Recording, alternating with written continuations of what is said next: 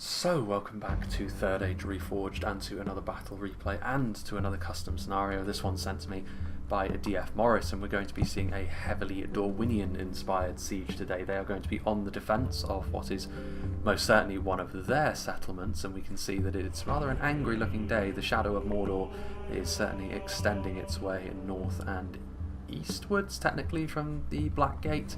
Although Mordor are also going to be joined by their own eastern allies in the Easterlings of Rhun out here today, and they're also fairly close to the walls right from the start here. It's not just Dorwinion on the defence, however. We also have the forces of Numenor coming to the aid of the men and elves of Dorwinion. Interesting to see the Numenorians here. This settlement has rather a similar look to the base fortresses that are in Medieval 2, albeit this one has been edited pretty substantially in order to be in it. Maybe actually a citadel would be more like it, because it is rather large. The main difference being, yeah, it is 3 layers, isn't it? So it would count as a citadel in Medieval 2. So it's a big settlement for Dorwinion to defend. There are 3 armies worth of them in here to make that happen, and then a 4th army, of course, on the outside of the walls as well. But I have a feeling what we're probably going to see, if I were to guess, would be the first layer being defended, and then the second layer being mostly bypassed, and then a final stand in the keep at the top, because if they do try to defend the second layer, then the battle will end there anyway. So I think 2 of the 3 layers are what we're going to see here.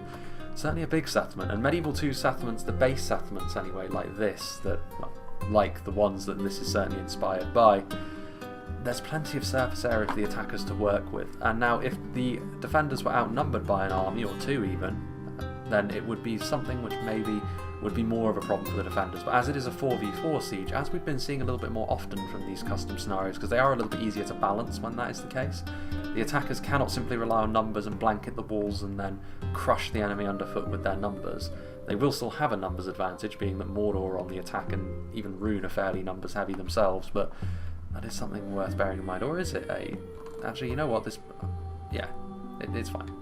Ignore me. I was just wondering then, but it is as I said it was. We'll go through the attackers first and foremost, so starting off with DFJ playing as one of the 2 runic armies. Now, we've seen Dorwinion recently in the finale of the recent episodic series that we did. That was the first time we've seen Dorwinion in a long time. Rhun, on the other hand, seemed to have taken the slot that Arthedain were filling for a while earlier on in the year, where it seems like every battle we do now has got at least 1 runic army on the field. Now, they are a bit of a fan favourite among the evil factions for their style, and also, to play as them, they've got a lot of strengths. There's not really much they can't at least contest, though they do certainly have a few things that they are notably better at. Balkoth tribesmen are a good choice to bring. Obviously it is a custom scenario, so there are a few differences here in the sense that you don't get to pick your armies, you get it assigned, but basic javelins like this, you don't feel too bad when they're under ranged fire and getting damaged. What you really want, of course, is to get them into range and start really getting that cost efficiency which basic javelins like this can get. And this will be really useful as well for breaking up not only the heavily armoured Elvelin that are on the defence, but also potentially some of those Morroquendi units. In particular, I'm thinking about those pikemen. Moving on, we have plenty of Lokeflag of course, the real workhorse of most runic armies, a good upper end unit of line infantry. And they should do pretty good in this battle, not only because the Numenorians are on the field, and the armour piercing is one way that the Easterlings can equalise that fight just a little bit, but also they will far outclass, really, in terms of damage, the Elvelin. The Elvelin are a thoroughly defensive outfit, and something like the Flag Rim is going to be a really good answer to that sort of thing. Now, where they might struggle a little bit more is against the Elven contingent that make up Dorwinion. It's not really the sort of thing they're particularly good at fighting, it's certainly not their MO. But even then, they've got decent enough defensive stats that they can take a bit of a beating.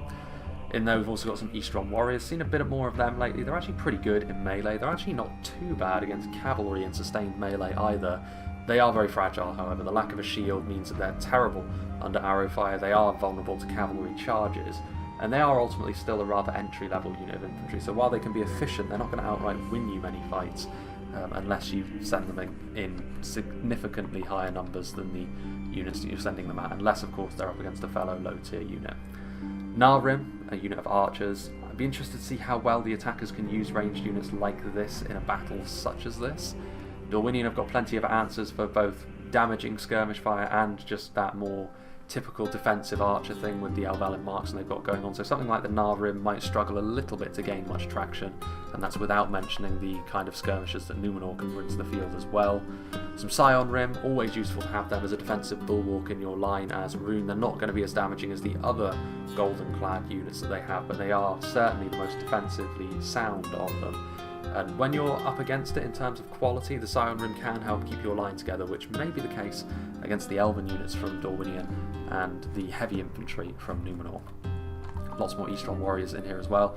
Looks like he's got at least two units here of the Carmel's Chosen, which is a fairly high amount of them.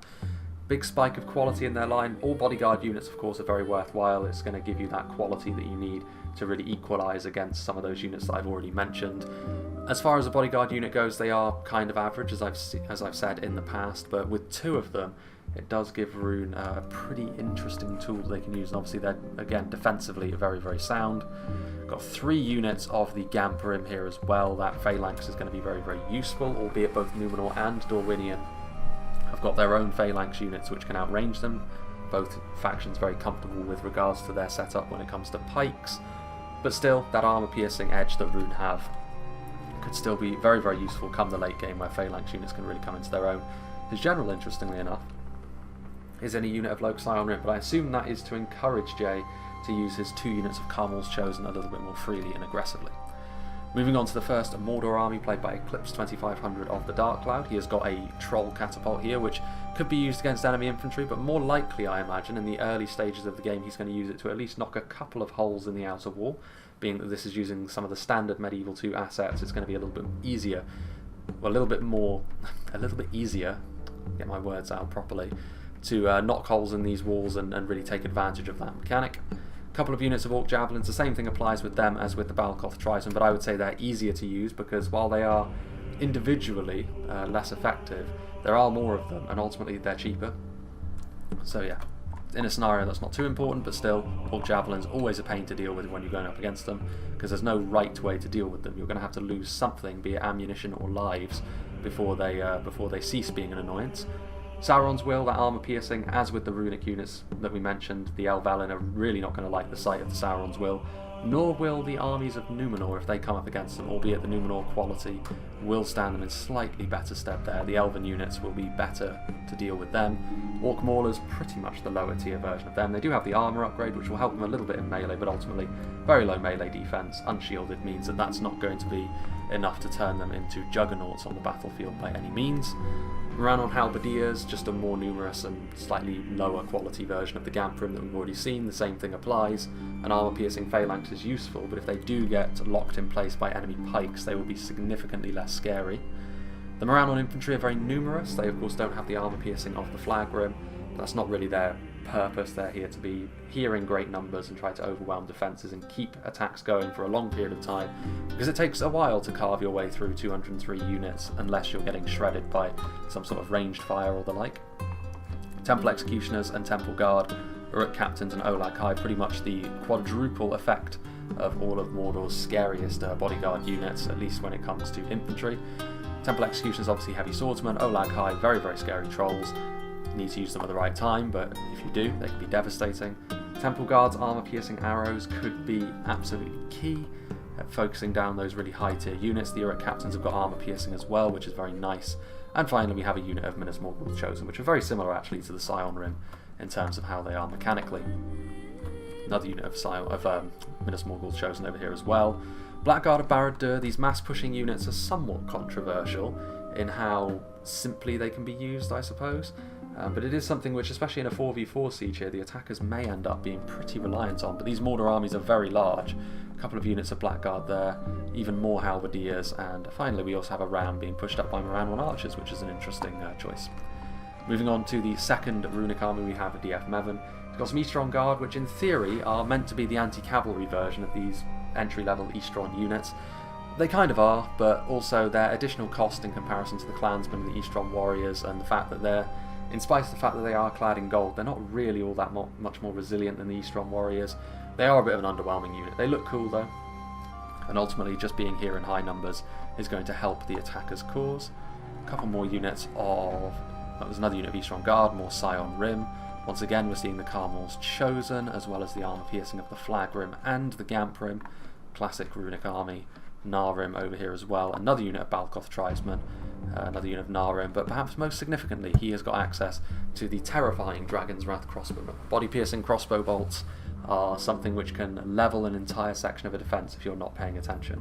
So the defenders will be very keen, I'm sure, to make sure that that does not happen. And finally, the 4th Mordor army is played by Froggy. He's going to have to perhaps be the one to directly deal with the Numenorians that are outside the walls, which is a fairly unenviable task. He'll be hoping for some Eastling backup, I'm sure, because the Morannon infantry will struggle against such a high-quality foe. Temple Guard, however, are pretty much ideally suited to face their non-fallen brethren. Olag High are here as well. Another Troll Catapult, good for knocking holes in the wall, like I said, but also, perhaps, even more so, can be used to plough through some of those Numenorian infantry units right in front of them. Orc Javelins are over here. We also have some Temple Executioners and Uruk Captains. Javelins, Sounds, there are plenty of armour piercing in these Mordor armies. Out here on the open field, the Blackguard of Barad-dûr, if they are engaged in melee early, might not be as scary as they would be later on when the going gets tough inside the settlement. Unit of Nazgûl are in there as well, though. It can be a real pain if they stay embedded in a unit like that, because it can be next to impossible to kill them quickly, and they can rack up a good kill count over a long period of time, in spite of the fact there's only a few of them. Minas Morgul Chosen are here, Morannon Halberds, and finally some Morannon Archers as well. Now then, on to the defenders, and on the outer portions of the defences, we have WK, who is playing as Numenor. He's got some Belagai pikemen and some Numenorian cohort. This front line, honestly, is really well set up for dealing with most of what Mordor can throw at it in a normal capacity. When you start getting into the higher tier units, that's where Mordor might have a bit of joy here. Something like the armour-piercing arrows as well. And then the Blackguard of Barad-dûr could push in and start to disrupt the pike formation, which acts as the anchor to the very good all-round heavy infantry unit that is the Numenorian cohort. But outside of that, this is a tough one for Mordor to take on. They're going to have to really throw the kitchen sink at Numenor if they hope to deal with them in an efficient manner. And if they do that, that will give a good opportunity for units like the Seafarers of Nindamos to throw their payload into some dense formations of orcs. And obviously when all is said and done, they're pretty adept at handling themselves in melee as well. Belagai footmen might struggle a little bit more. They're certainly not as damaging as the other Numenorian units in melee, but they're a perfectly serviceable spearmen, and when they have something like the Naru Naru Sentinels at their core, it can be a pretty, again, difficult front line to move. There are some Pharazim Swordmasters out here, which is the single strongest unit of heavy swordsmen in the game, the only one that has that 3rd hit point, the all-important 3rd hit point. Incredibly powerful unit, of course. 2 units of them. No, I think that's just the one. More Seafarers of Nindamos. Just in behind we also have the Numenorian Shield Guard, an armour-piercing spear, which as we've seen in the past can be very, very useful to make up for the spear's normal lack of damage. That's not really a problem that the armour-piercing variants tend to have to put up with, especially against a force like Mordor, whose defence almost entirely comes from the armour that they're able to scrape together. And then the archers at the back. Naru Naru Rawguard, more of a defensive one. The steel bows, actually considering the proximity of the Mordor army, they may be able to use their limited ammunition fairly quickly on high priority targets. See if he's able to do that. Belagai archers will be more at home, skirmishing with them. And a unit of Numenorian vanguard over here, which a single unit of cavalry might not be enough considering the army that's laid out before them, but if they can find a few gaps, they can be pretty good off the charge. Moving into the settlement, into the Dorwinion armies, we have Wojciech, who's got some Elvelyn infantry and Elvelyn Vanguard, the standard swordsman and standard spearmen that Dorwinion come equipped with. Very good armour, pretty good stamina in melee as well. For a human unit like this, they have a little bit more in common perhaps with the elves, thanks to their elven training regimes. However, as far as an infantry unit goes, they are very much run-of-the-mill. They will do a job, they will hold the line for you, but don't expect them to pull up any trees in terms of the damage they're going to do. That's not really what the Elvelyn are all about, and the other units for Dorwinion have to do that. But they're a very dependable front line, which is a very useful thing for Dorwinion to have in a situation like this, where they're going to need to really dig in. Also, will be very good at that will be the Elvelyn marksmen, because they're going to be really good at trading with the enemy archers. One problem that defenders often have is they're not really too keen on using their archers on enemy archers, and when they do, they often go a little bit too aggressively into that sort of thing. But the Elvelyn marksmen are ideally suited for that kind of warfare. Lumbermen are a very basic unit of armour-piercing shock troops, but they will die off very, very quickly. Plenty more Vanguard and Swordsmen. They've got a defensive catapult, which is pretty interesting. The mighty Elvelyn Hammer Guard as well. Really good unit of armor-piercing line infantry of the bodyguards here. Not the sort of thing that either Rhun or Mordor are going to be too thrilled about meeting in melee. They look fantastic as well, of course. Lumbermen and, of course, Morroquendi pikes. This is really their ace in the hole, Dorwinion, when it comes to their melee engagement, because neither Mordor nor Rhun, if it comes down to a really long, grindy fight, have the sort of unit which is going to be really good at dealing with the Morroquendi pikes. The only way they can really do it is prevent it from becoming a long and grindy fight by using something like the Blackguard of Barad-dûr, which I'm sure will be their first port of call if they're able to do so. Morris himself has got his Elvalin Hammerguard back here. Moving a little bit further forwards, he has also got some Elvalin Marksmen, some Keldon River Patrol, another basic, cheap, but potentially very effective javelin. A little bit more fragile perhaps than something like the Balcloth Tribesmen, because they do lack that shield, but much of a muchness really. Elvalin Vineguard.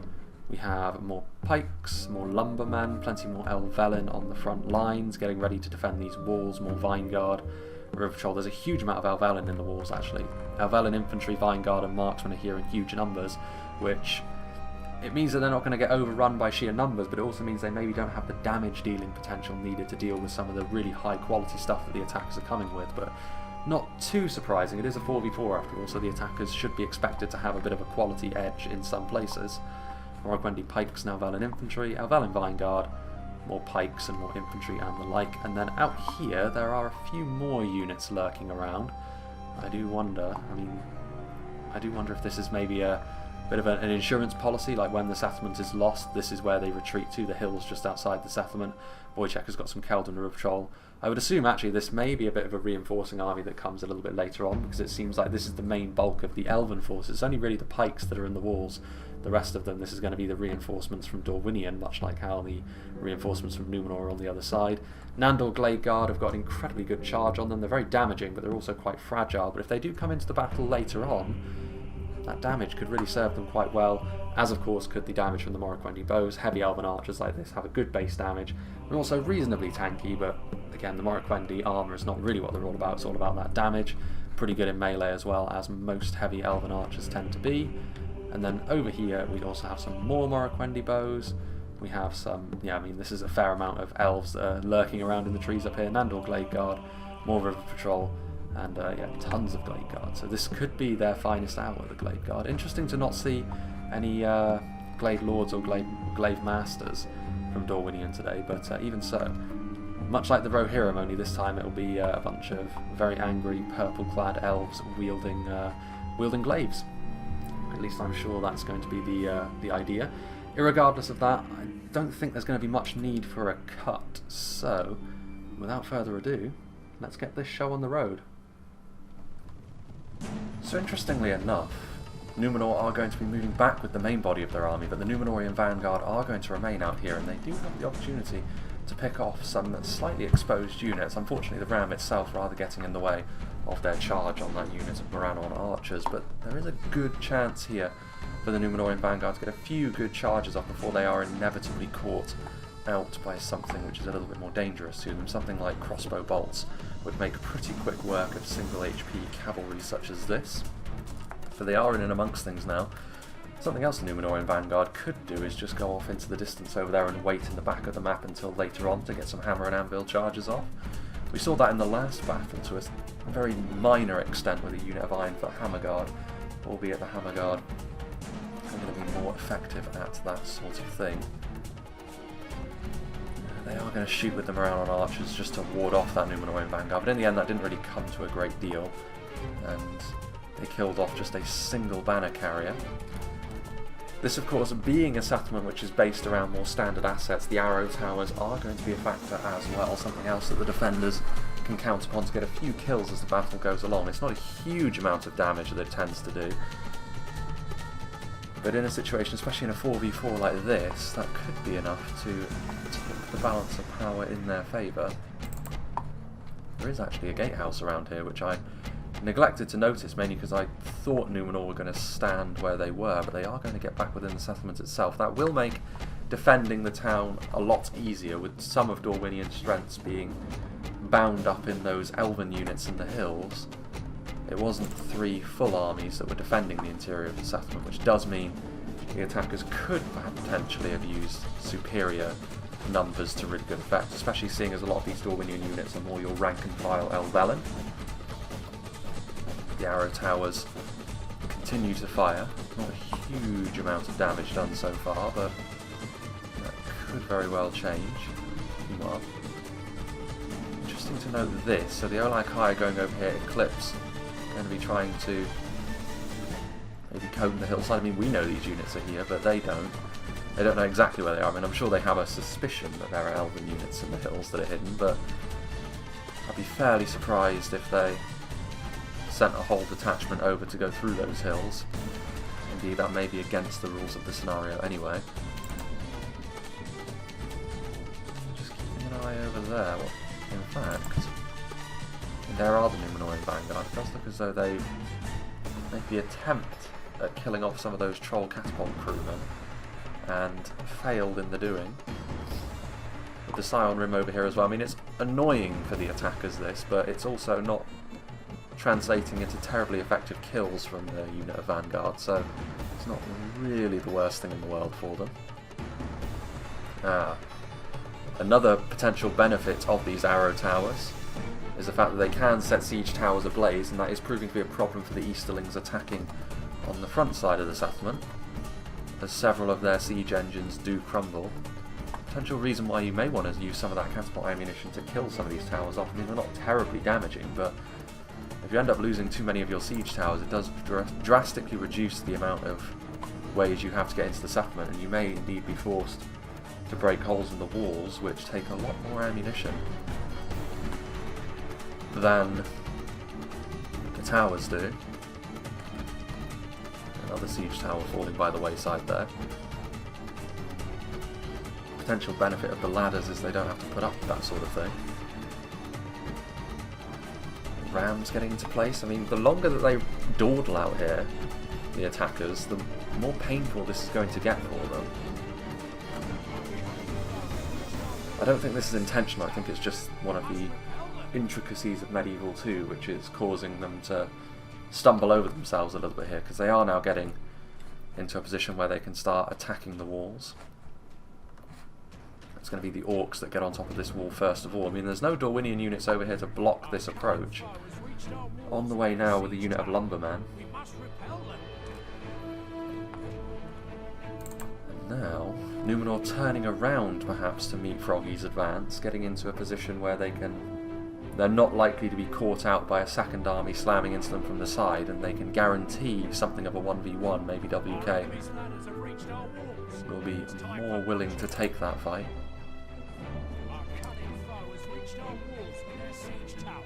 Still nothing up on the walls just yet. Just in time to see the siege tower's doors fling open. Elvellin infantry are now in position, ready to stop the advance of the Moranon infantry. The superior defensive stats of the Elvellin should come into play here, but two units with not a huge amount of attacking potency going up against one another. I mean, the lumbermen have got a little bit to them, but they, of course, are very, very fragile. They're not taking missile damage, though. They should do okay. At least they'll be able to lay down as much of their damage as humanly possible. Frame rate taking a little bit of a dip as we see the first melee engagements across the field. Well, that'll be why. The wall falls.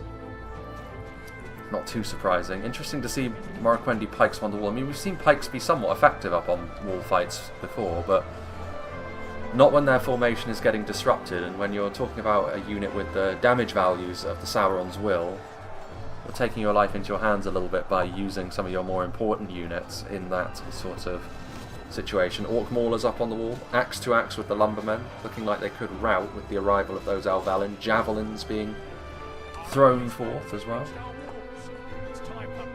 This, though, is actually orc javelins, making use of the terrain over here. I mean, that's not a bad arc of fire into those Elvellin, but any friendly fire is likely to cause the routing of those maulers. Meanwhile, Elvellin infantry still doing well. This is where they are at their best, where they just have to hold the line and rely a little bit more upon their defensive stats. You can see over here the lumbermen have been parted a little bit more so. They're very low melee defense and armor values working against them here. But again, they aren't professional soldiers, so it's not too surprising. Minas Morgul chosen, of course, heavy spears. Armor piercing is how you want to deal with them, but you'd like a little bit more quality than what the lumbermen can provide. Settlement is under pressure from quite a few angles at this point. The Easterlings also attacking from the front. Again, it's just lumbermen that are blocking the advance of these guys. I mean, they won't do too badly against Eastron Guard, but with something as serious as the Carmel's chosen, that's where Wojciech is going to have to commit something that's got a little bit more about them than just those guys. The enemy siege tower has reached our walls. I mean, the wall has crumbled, but there's no units yet ready to take that gamble. I mean, Froggy's army, to a large extent, is holding its ground because he knows if he commits too much forward, WK is going to counter-attack into him. So it's something of a standoff there. When the battle starts going against either the red or the blue team, though, one of those two armies is going to have to take a risk and do something. But that time has not yet arrived. Well, Minas Morgul chosen. We saw the Orc Javelins being used to good effect on the other side. Kelduin River Patrol now being used for a similar end over here. Like I said, armor piercing is how you want to deal with something like the Minas Morgul's chosen after all. The Orcs having some joy up here now, though. Round on infantry shaken.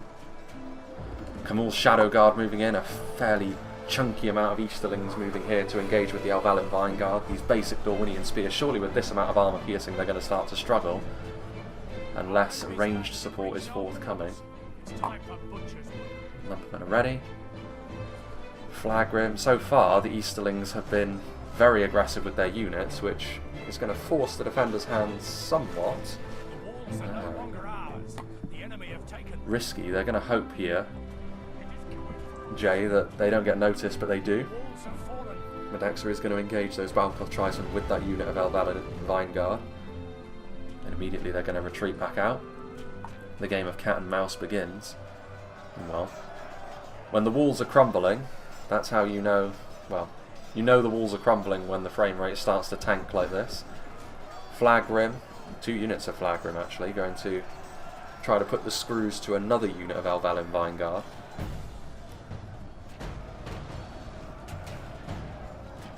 Elvalin infantry over here. Our enemy's ladders have reached our walls. It's time for butchers. Temple Executioners waiting. Blackguard Barad-dûr. None of the Great Shield infantry has been committed just yet. Looks like Dorwinion are going to be victorious over here. The Orcs being repulsed from the walls so far. Hopefully they cease with trying to crumble the walls so that we can go back to having a game with a reasonable frame rate. It's definitely the right thing to do from an attacking perspective, but it doesn't make it any easier from mine. Meanwhile, we are starting to see this is now a big engagement. Please stop crumbling the walls. But yeah, Numenor and Mordor going at one another hammer and tongs now. It's this sort of fight where you probably back Numenor, to be honest with you. Given their quality, given the damage they can do in melee, Mordor's numbers, generally speaking, shouldn't be enough to make up for that, especially when it's all about this level of violence in melee. Minas Morgul chosen, Rhun on halberds. I mean, they'll do a decent job at holding the line. Belagaya footmen in here are just a basic unit, but it's the heavier Numenorian units, surely, that Mordor are going to struggle a little bit more with. But this is maybe a potential problem. Dragon's Wrath crossbows coming in from the side could very quickly turn this battle very ugly for the Numenorians. Temple Guard are also the kind of unit which Numenor won't want to stay in range of for too long. Orc Javelins, the Troll Catapult crew has been pulled back, presumably because the artillery pieces were a little bit too far forward. Seafarers of Min Damos are going to come over here now to prevent any future actions from the Dragon's Wrath crossbowmen. Numenorian Shield Guard facing off against Sauron's Will over near the walls. They'll at least have the support of the arrow towers. Defending artillery. trying to do their thing. Are they going to be successful with that though? Camul's Shadow Guard coming to the aid of the Orcs over here, that armor piercing. Going to give them a lot more to work with. That right into the heart of their efforts. There's not too many defenders up on that wall anymore, so the attackers will still be having the upper hand in that fight, but Vanguard surrounded on all sides, the Easterlings.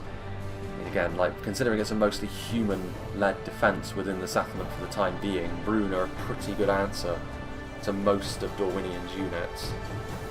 Really the only thing Rhun will be worried about are the Morroquendi pikemen that are within the settlement, but numbers are a good tonic for dealing with pikes.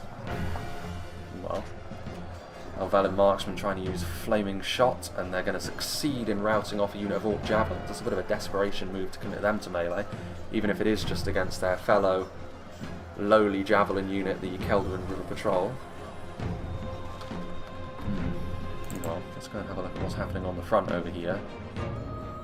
It's a very sweeping battle so far.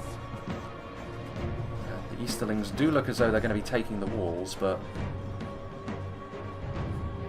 Dorwinion still have enough over here to be able to block the Eastling advance. The Elvelyn Hammer Guard are here as well. Very strong unit indeed to commit to these sorts of fights. Meanwhile, Numenor and Shield Guard, of course, winning over here. Some round on infantry from Froggy that did actually make it onto the walls. I don't know how far they're necessarily going to get. Not very. Elvelyn infantry here to block the way. Let's go and see how this fight is doing.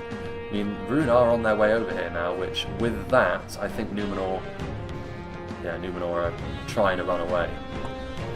That's the problem with this kind of move. If you commit yourself to it, you're far away from reinforcements if you're the Numenorians. Mordor did very well. The supporting armor-piercing damage clearly was too much to bear, and with the assistance of Rhun, Numenor's aggressive action outside the walls has ultimately ended in failure.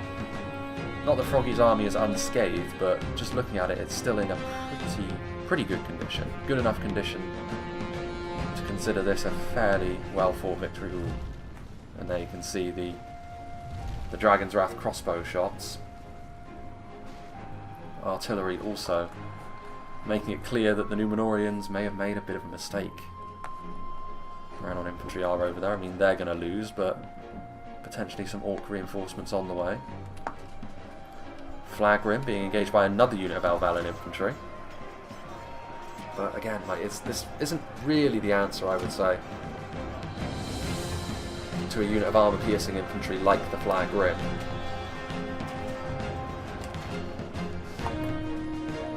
Elsewhere.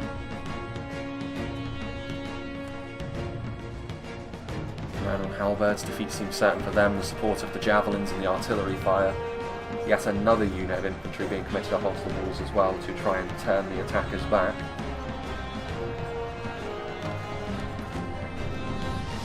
More halberds on the way. There's always going to be more attackers here. This is actually the first we've seen of the attackers coming down off the walls onto ground level within the settlement. Lumbermen and Keldrin River Patrol and a few Elvelyn blocking the advance of a combined Orc Easterling assault. Frame rate is clearly going to tank now because they're going to try and crack another hole in the wall very close by. Burning of the structures. Easterlings coming through the gatehouse as well. Lumbermen and Elvelyn blocking the way once more. This is where we could start to see the overall lower quality of the defenders make them suffer a little bit. And considering Numenor's loss outside the walls on the other side, the defenders may have to start to hope that their elven reinforcements from the hills are enough to tilt the balance of the battle in their favour. Elvelyn, the catapult. Well, hopefully that will allow the frame rate to return to normal.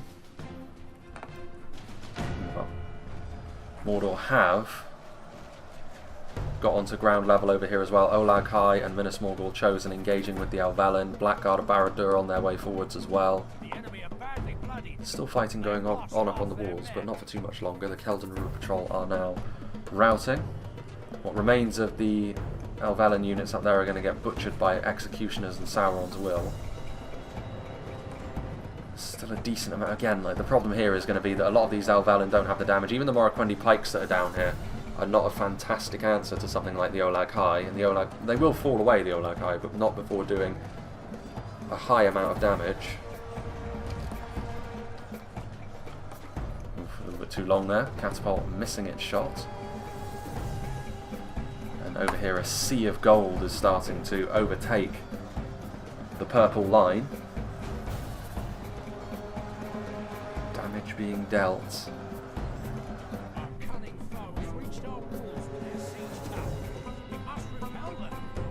You know, things are looking a bit desperate when your line is dependent on 46 lumbermen not dying and not routing. And when your reinforcements are a unit of Keldon Ruhr Patrol in melee. Victory seems certain.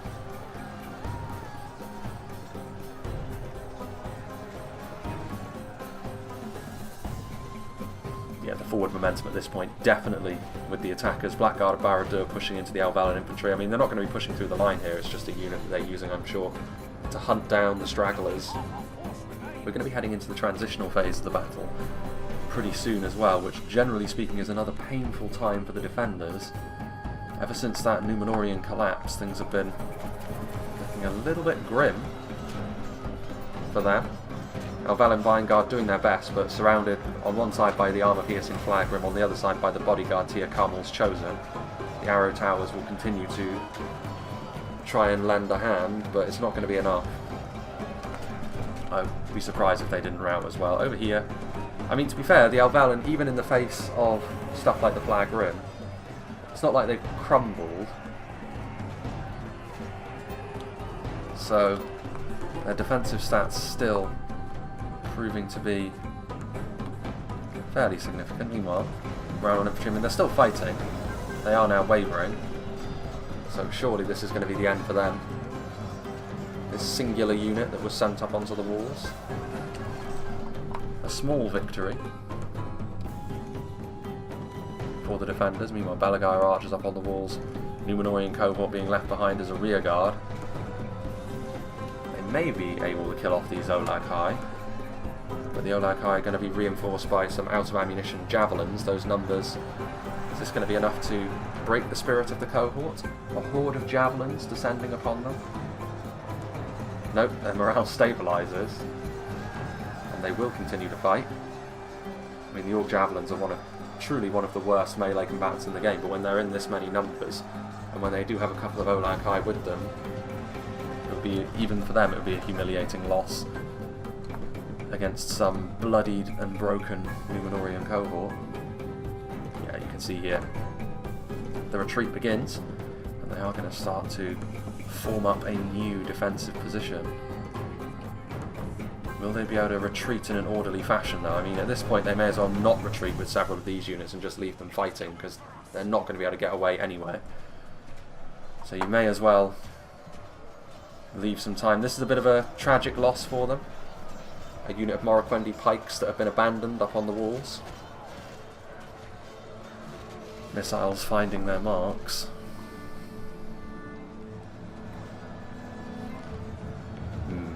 Defeat seems certain. Only a military genius could win this battle.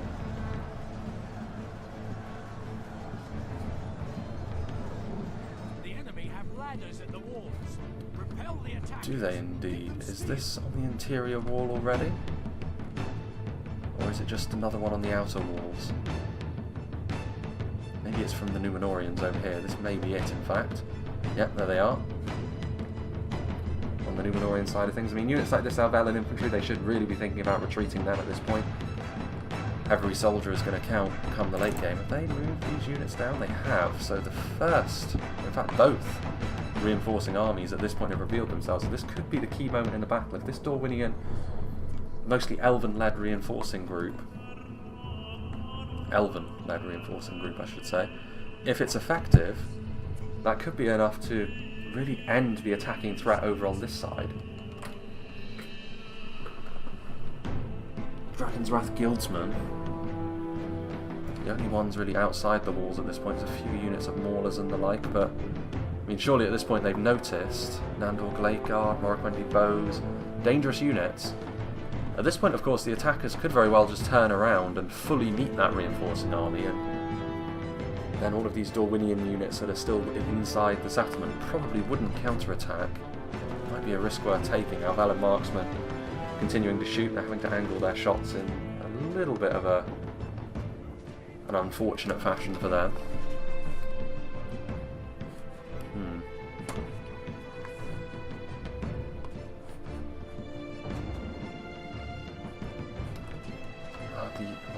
The elves may be using the attackers' own ladders to their advantage at this point. Elven Hammerguard counter-attacking outside the walls, which is bold. I mean, the Flagrim and the Dragon's Wrath Guildsmen are together are a pretty significant foe, especially when you consider there's another unit of Dragon's Wrath Guildsmen over here, which if the elves don't get up that ladder and engage them quickly, may be able to use their projectiles to help tilt that fight in Rhun's favour.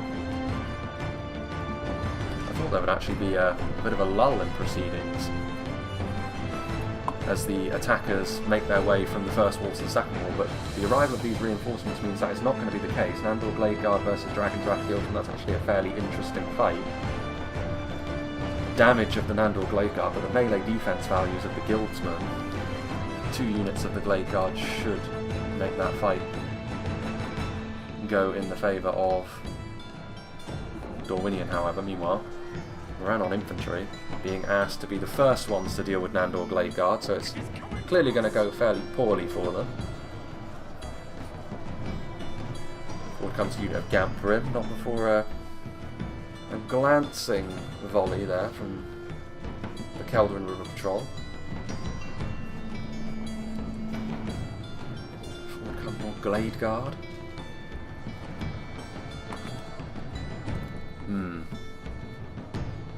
There are some Balkoth tribesmen still. Getting inside the settlement, I mean, over here, clearly, they've got a much clearer path. Froggy's Mordor army and Mevon's Runic army, because they don't have to deal with those Elven reinforcements, so they can begin planning their assault of the second layer if they desire. Meanwhile, Catapult crew finished off by Eclipse and his orcs. Meanwhile, the support at this point of these Elvalin marksmen is actually going to be very, very important to help those Elven reinforcements, and if the attackers turn their backs on the inner wall too much, that damage really will start to add up. And in fact, it looks as though there's a bit of a full-on counter-attack going on here. The Elvalin and Wojciech coming out through the inner gates and engaging Rhun, so the attacker's being put under the cosh here. And a Mordor Chosen trying to help reinforce that line against this human counter-attack. Morroquendi bows are going to get up on the walls. And yeah, over here they've cleared out this area again and retaken this part of the first layer. It's a rare enough thing to see defenders do. Usually once a layer has been taken by the attackers, it remains so until the battle is over. Morroquendi bows taking damage though from the armor-piercing Temple Guard, very high base damage on them as well, so it's going to be painful that. Carmel's chosen only 29 of them, but still a very resilient unit. Nandor Glade Guard coming down off the walls and engaging the Sapphire Bladesmen in melee. So I mean, a lot of these Elven units are fairly fragile, so they are going to be falling by the wayside pretty quickly, but not before doing a lot of damage, in the chaos that they're causing in the attackers' flow, for lack of a better term, is going to mean that this is going to be a fairly hard battle to predict from here on out, actually. Certainly the first stage of the battle I would give in favour of the attackers, but it's going to be interesting to see how this goes from here on out. Forward comes Blackguard of Barad-dûr. Nandor Glade Guard in high numbers. Keldrin River Patrol up on the walls as well. Going to be able to use their javelins out. They've retaken the walls, and now the attackers find themselves caught between the first and second layer walls, with projectiles coming at them from both, and having to deal with damaging Elven units in melee in the streets. So it's a bit of an interesting one, this. How do the attackers choose to deal with this? Maybe some reinforcements from the other side wouldn't go amiss. Because at this point, I mean, you can see here, Moran on halberds, they're trying to reorganise themselves, I believe. Javelins and poison arrows. I mean, poison arrows from the Morroquendi bows at this point, especially as it pertains to some of the basic Mordor orcs, could be absolutely devastating for the attackers over here.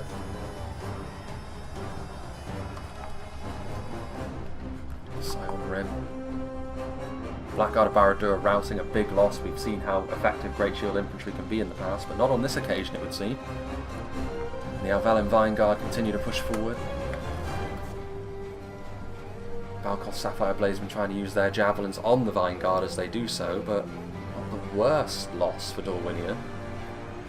As all of these heavy spears, I do think that the decision to counter-attack from Wojciech with a lot of these Alvelin units has really helped matters, and has definitely been a good thing for the defenders. Frame rate collapsing once more. Is this perhaps because another wall is being attacked? I think so. I can hear the crumbling. Yeah, definitely.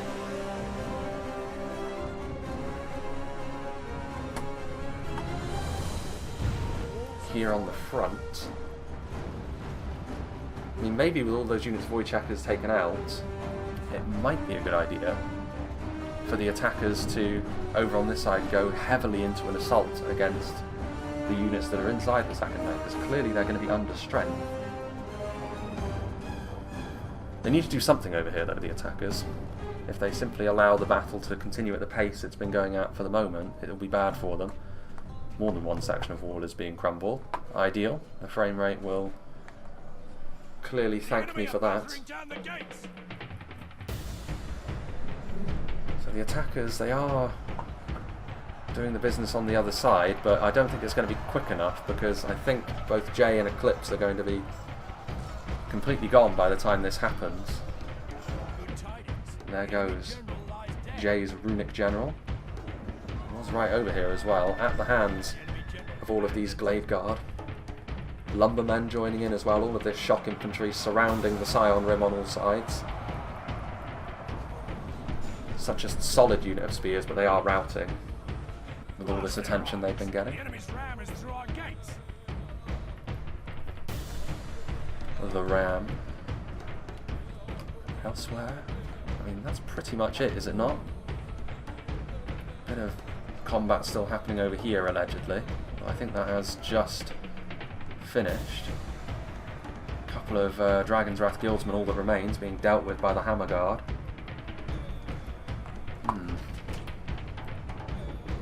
More walls falling apart, but this is bad news for the attackers, because this assault has completely failed at this point. There's just a few scattered remnants of units which Dorwinion can clean up. And now they're going to be able to reposition themselves and get ready for the Mordor Runic Assault over on the other side. I mean, they've certainly got enough ways in at this point. Malagai Pikemen are ready. I mean, Numenor did suffer a fairly handy loss on the outer walls, but they still have a few units. Where do the attackers go from here? I think that second phase of the battle heavily in favour of the defenders.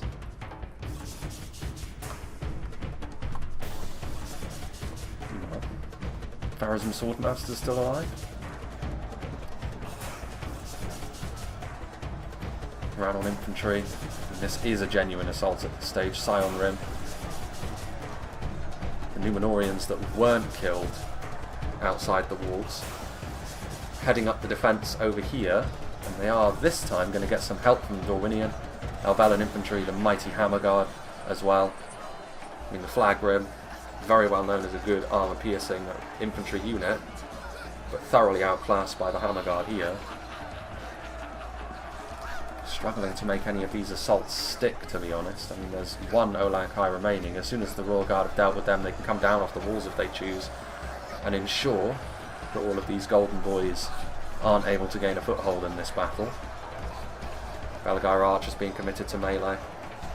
I think they need to start attacking through this gap they've made in the wall as well. I mean, they're trying to use their javelins, Moran on archers as well, trying to use their missiles, but Numenorians getting some infantry up in their faces, so they can't do that. I mean, the cohort will be killed with a unit of Shadow Guard coming across, but stopping those units from using their missiles is definitely a worthwhile endeavour.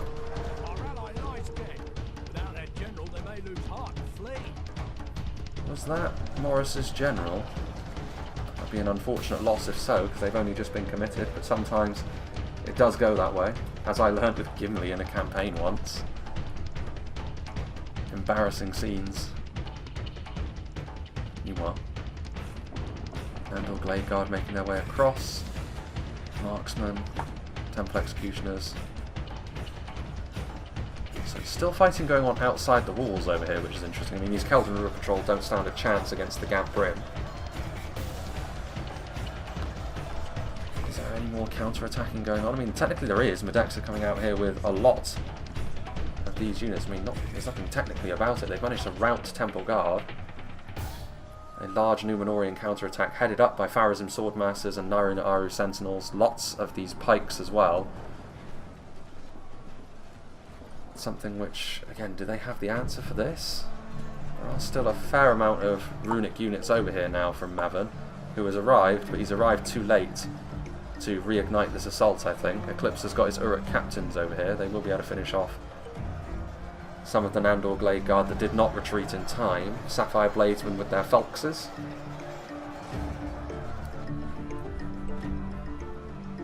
Valid Marksmen doing their thing. Temple Execution all the way across, so Eclipse is not completely out for the count yet.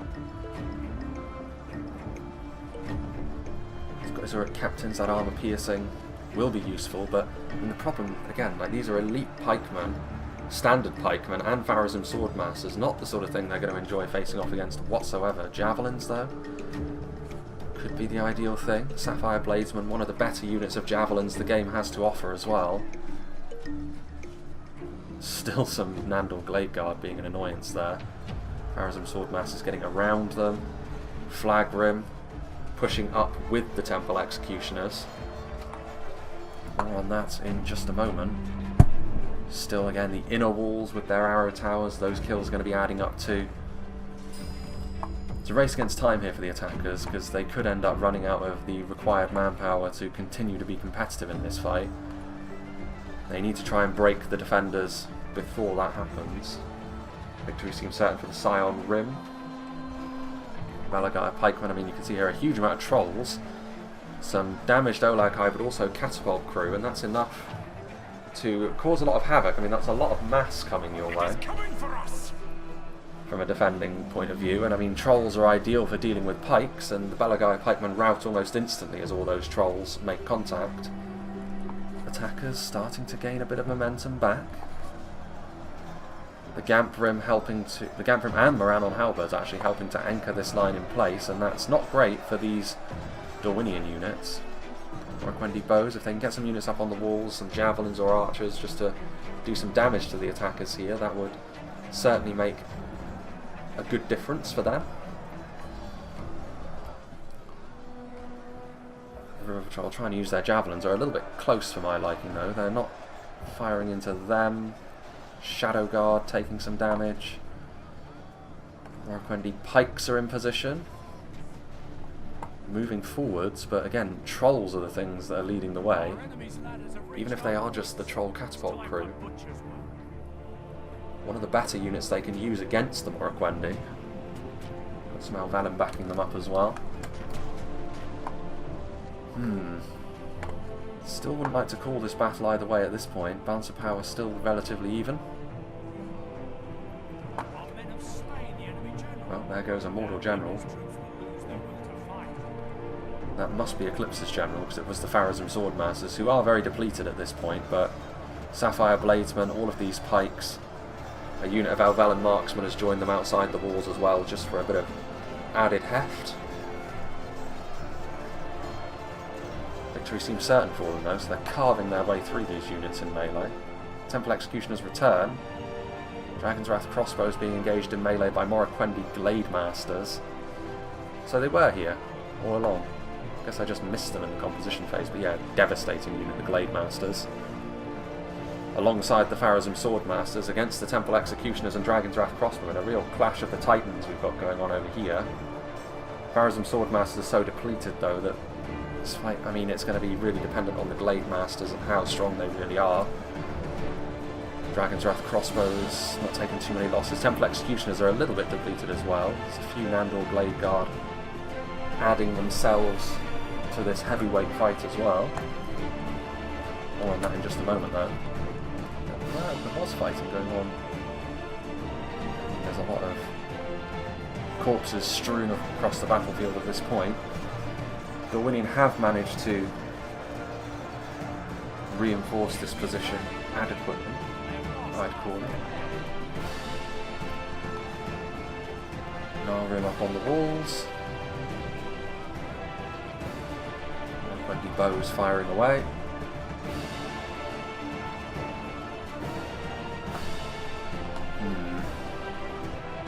Poison arrows. That's just, I mean, yeah, you can see here standard morale on units wavering. Those poison arrows could be enough. Flaming arrows from the Narim. Morale on archers trying to do their thing still. The other troll catapult pushing its way into position. I mean, Morroquendi bows are not the best in a skirmish fight like this. They bear quite a lot in common with the heavier Mirkwood archers in the sense that they're not completely unarmoured like Linden, but they're not packing on that armour particularly heavily.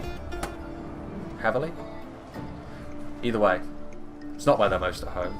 Much more of a damage dealing heavy archer. It is like a small section of the Mirkwood army, the Dorwinion Elven units, in terms of how they are. Morroquendi bows do have glaives in melee, however, so they do have a slight anti-cavalry bonus there as well, which is something different. Olag High, Temple Guard from Eclipse, which have returned from routing. Bad news for the defenders that even 17 of them could be enough to make a real difference. I mean, we are within the final 10,000 frames at this point. The defenders in the lead by 1%, but that can turn around very, very quickly.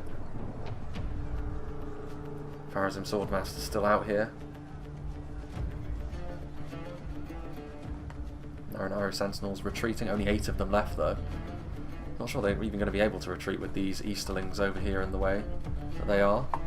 Trying to push through the gate with what they have, the Easterlings. Dragon's Wrath Guildsmen fighting back to back as those Numenorians are also making a nuisance of themselves, but for the most part it's just this unit of Elvalin marksmen they're having to deal with from the front, which is not going to be enough to stop genuine infantry units, let alone something with the quality of the Guildsmen. Could the defenders yet come unstuck? Morroquendi pikes would be a good solution for that fight over there. Those Morroquendi bows have taken damage. Meanwhile, Camels, Shadow Guard and Balkoth Tribesmen effectively snuck their way into the settlements at this point. And with that, they can expose this Dorwinion position, and it could be, especially seeing as reinforcements just arrived. I'm surprised Wojciech didn't see that. And I mean, yes, the Shadow Guard are a little bit depleted, but this is potentially a problem because they're going to have to turn some units around.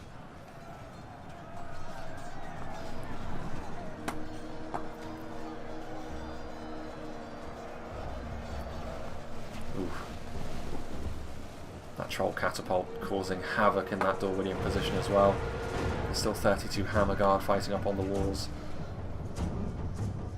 Close fight. Trolls. Still 5 Olag High. There goes another general. Oof. That's something Wojciech needs to remedy very quickly. When the battle's this close, a unit like the Morroquendi pikes could be the difference between victory and defeat, and this is really good value that Navan's getting with his Narim here. Already one volley too many. From a defending perspective, continuing to fight in that gatehouse over there. Meanwhile, here are the Glade Masters, continuing to do their thing against Dragon's Wrath crossbowmen. I mean, at the very least, those body-piercing crossbow bolts won't be available for use now because the Glade Masters will finish them off. They are fairly depleted. Don't know if 25 Sapphire Blades will be enough to finish the Glade Masters off. I mean, there's not going to be many left either way. And that will mean that the Guildsmen can continue their progress through there. The Pikemen do move back now, but that's a lot of Morroquendi pikes that died rather quickly there. Mordor bows in position, so we're actually not going to see the final SANT. My initial prediction was we wouldn't see the middle section, but it's been the other way round, because at this point the defenders can't really retreat without incurring such great losses that the battle would essentially be over if they did. I mean, obviously these tribesmen have been caught out and they will be surrounded and destroyed. Over yonder we have got some Sauron's Will. They're a little bit depleted, but that armour piercing nasty for the Elvalin infantry. Fortunately for them though, almost point blank shots from those Morroquendi bows will lead to a Dorwinion victory here.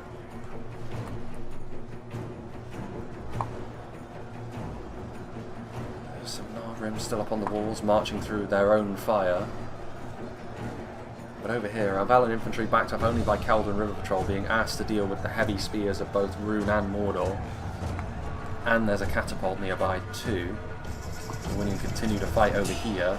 The Hammer Guard coming down off the walls is bad news for all these Morannon orcs. And they do rout. And like I said, at this stage, even units of 30 that are routing could be enough to swing a fight one way or the other.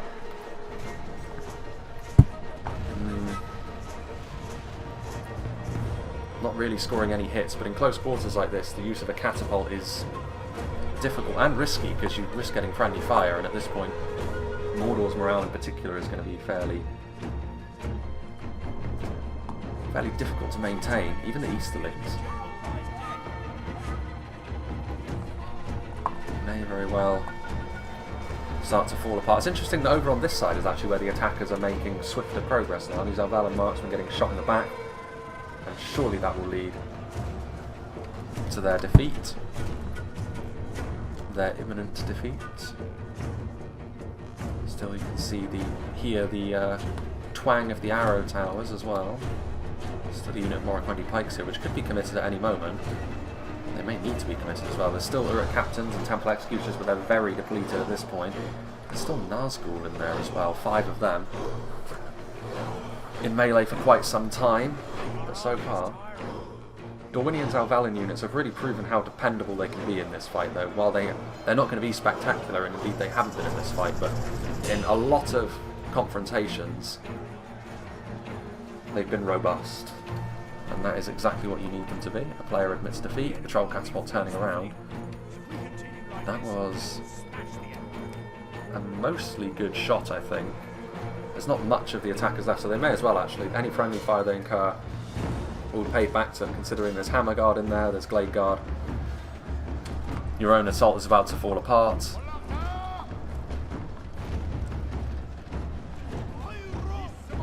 Morroquendi pikes are on the way. Once again, the Narrim inflicting some pain upon them. I don't know if the catapult's actually going after them or not. That one hitting the house right in front of them. Elvalin infantry. And they're going to continue to struggle to do damage against these heavy spears in terms of the armour values. The announcer still seems fairly confident of a defending victory. There's Elvalin infantry, Morroquendi bows, and perhaps the defenders do have too much left in the tank for the attackers. The attackers have broken through over here. The gatehouse actually closes behind them, interestingly enough. But this is all they've managed to really get through over here. It's been a very costly battle for the attackers over here, and Mevin has got some units left that he can commit, but is it going to be enough? I don't think so, honestly. I do agree with the announcer's assessment at this point that the defenders are the ones on top going into the home straight. Morannon halberds that are perpetually routing are actually going to get in the way here of the Dorwinion unit, so they are actually still serving a purpose, even if they are just stood in place perpetually routing. Offer maybe a little bit of extra time for those trolls to do their thing. If the trolls get caught in melee by the Hammer Guard, that's the kind of fight they won't particularly enjoy. And the Narrim, they are now going to be engaged. Amusingly enough, that is enough to kill that general. Wojciech's general falls, so he must have been incredibly wounded, for off a charge of his own unit, he is killed by an archer. How embarrassing for him.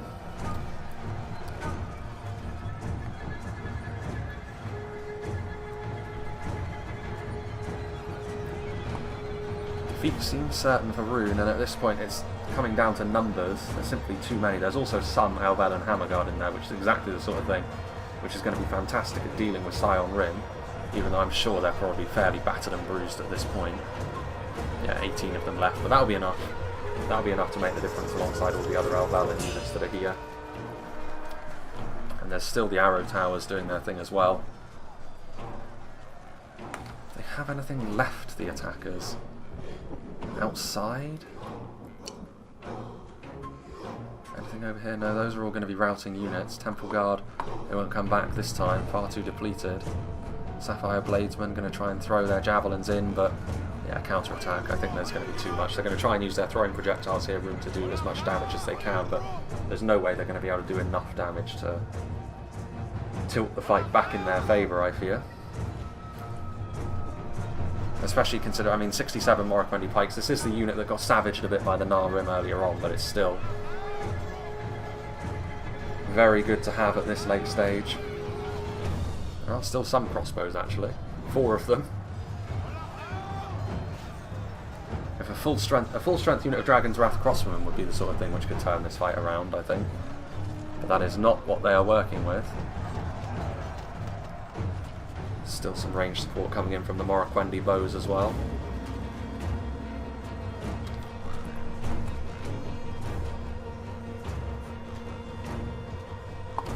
I mean, I wouldn't be surprised if it was still the Nazgul left over here, is it? No, that's a Nar Rim. It's actually the Temple Executioners being mobbed by Vinegard.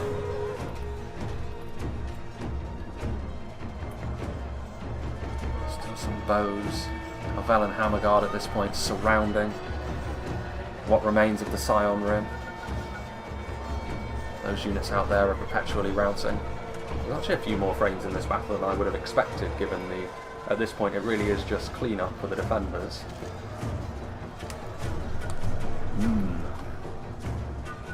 Several of these buildings continue to burn.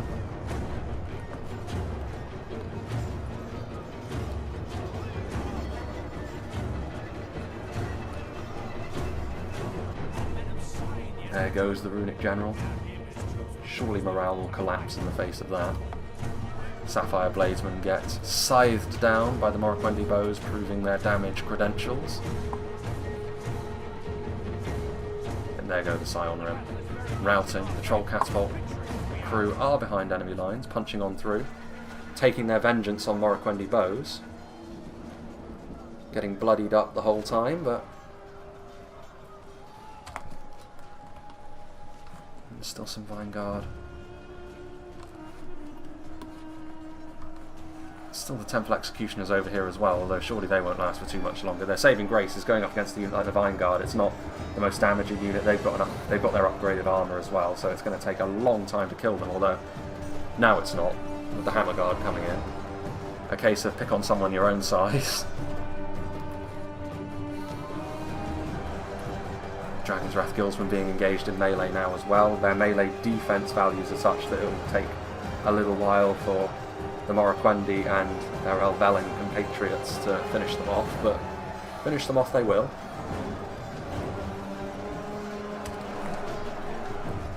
Still a general over here, allegedly. Oh, it's Eclipse's general. Perpetually routing Uruk captains.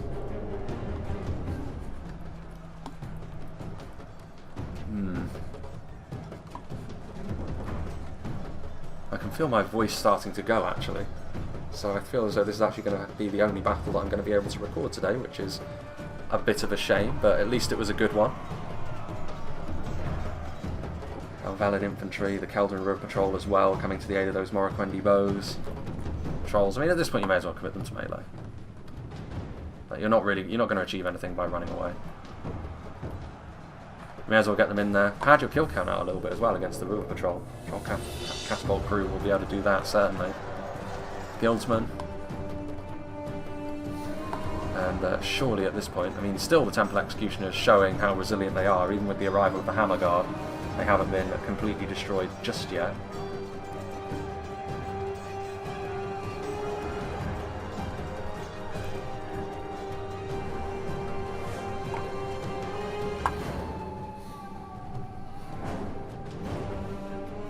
Elvelin Vinegard Still one Balkov tribesman who gets stabbed on the way past.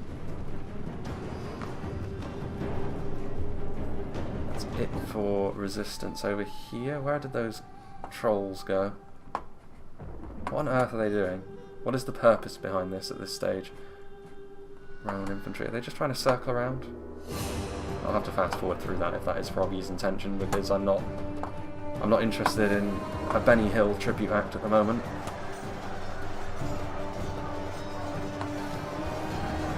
The Guildsman, on the other hand.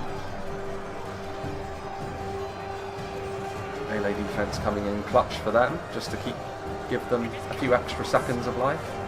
Oh, that one in the background there, getting shot by the arrow tower. It's almost like he was trying to flee.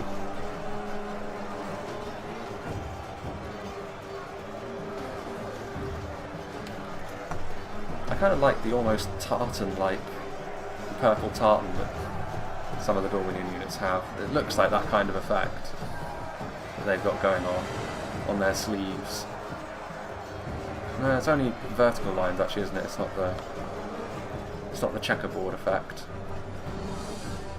Be an interesting cultural touchstone for them to have. Meanwhile, they continue to live here, the Guildsmen. The more defensive nature of the infantry slowing Dorwinion's progress towards their inevitable victory. I mean, at this stage, 3% the difference, so certainly a close fight. The attackers initially started off well, but ever since the Elven reinforcements arrived and turned the momentum around, while the attackers did recover from that, it wasn't enough to fully gain momentum in the battle back, and the defenders carrying that through to take the victory. Have the trolls re-entered melee? No is the answer to that question by the looks of things. Where did they go? Are they dead? Is that what's going on here? Well, wherever they may be, it is unimportant. Behold how our cowardly foe runs. It's time to press it. Victory for the Vanguard celebrating. Those surviving members can say that they faced down Nazgul and the strongest of the Black Numenorians and were victorious and lived to tell the tale. So this is the last guy. It is a Dragon's Wrath Guildsman. The last one standing. And he falls. That is it. The Sathman has certainly seen better days after this, and the clean-up job will be a big one. But it is a victory for Dorwinion and their Numenorian allies, and well-deserved as well. I think it was always like, the battle was always going to follow the pattern of when those Elven reinforcements in the hills arrived. That would be the determining moment, the defining part of the battle, and so it turned out to be in favour of the defenders. And it started off relatively poorly for them. Like I said, the attackers certainly would have been buoyed by the fate of Numenor and the outer walls. Didn't go too well out there for them.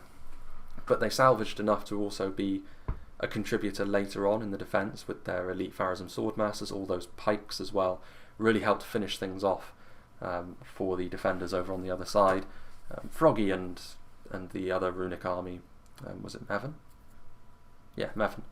They did their best over on that side, but ultimately it wasn't enough to reclaim the upper hand in the battle, and they ended up losing as a result. So well played to the defenders. An interesting little scenario that, and plenty of ups and downs, and lots of the map was used. A very multifaceted battle for a siege. So let's see what did the damage for the three Dorwinion armies. 302 kills on a unit of Elvalin Vanguard is very impressive for a unit of basic spears. They must have been up against lower end units certainly, but even so, that's fantastic value from them.